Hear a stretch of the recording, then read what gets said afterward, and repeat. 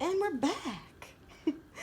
So I'm still on side one, but I just wanted to show you guys real quick. I finished laying out my fiber. I've just done a layer running this way and then a layer running this way. So it's still very fluffy. I told Aaron he couldn't walk very hard on the ground. And if you see anything like this, like any little bits in the fiber, if you're type A, just resist the urge to pick it out right now. Just leave it in there. When you're wet felting, it'll be easier to pull that out later, but if you pull it out now, you have the chance of unraveling everything, and it's just like you just took all the time to lay all this down. So what I'm going to do is take my netting, and I'm just going to gently lay this netting over the whole thing. Now some people don't even use the netting when they get really good. I'm just beginning out, so I'm using netting. And then they have fancy tools for this. I'm using a baby nose bulb thing, and I'm just using some Dawn dish soap and water. I'm not using warm water, I'm just using regular tap water. You don't need heat for felting, you just need soap and water and friction. So that's all you need is soap and water and friction. So all I'm gonna do is wet it down, put some soapy water on there.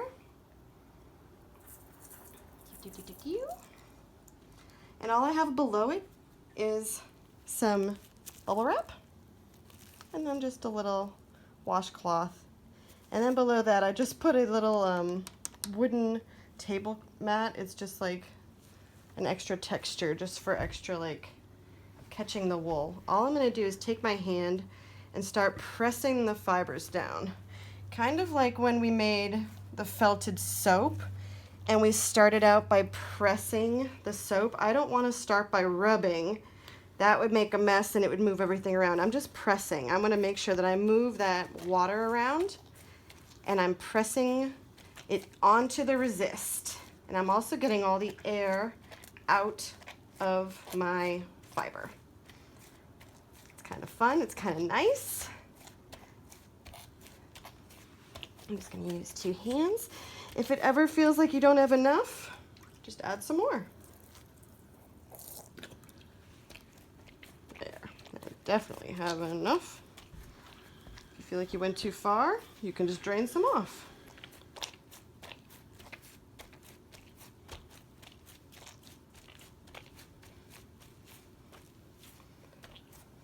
I feel like I need a little bit more just on this side over here, just to wet down my edge. What I'm feeling for is the edge of my resist. I want to go around and make sure that I can feel the edge of my resist all the way around so that it's going to be easier to flip it over and do the other side. Okay. Pat, pat, pat. Like a little patty cake. Okay, now I'm going to take the whole thing. And I'm just going to flip the whole thing over.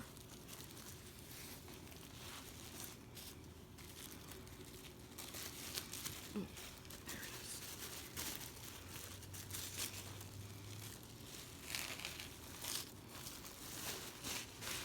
First thing you do when you flip it over, I like to just take a little extra water and run it around the edge. And then tuck my edges over. Gently, gently. If they start to stick, you just use a little extra soap and water. And then I'm going to take my Padre wool and just like side one, I'm going to go around and I'm just going to lay down 2 layers, just like I did on the first side. The first layer, I'm going to lay down going this way, all the way across. And the second layer, I'm going to lay down going this way, all the way across. And then it'll feel like we have a nice, beautiful, encased piece of fiber around our resist. All right, we'll check back with you soon and we'll see how it's looking.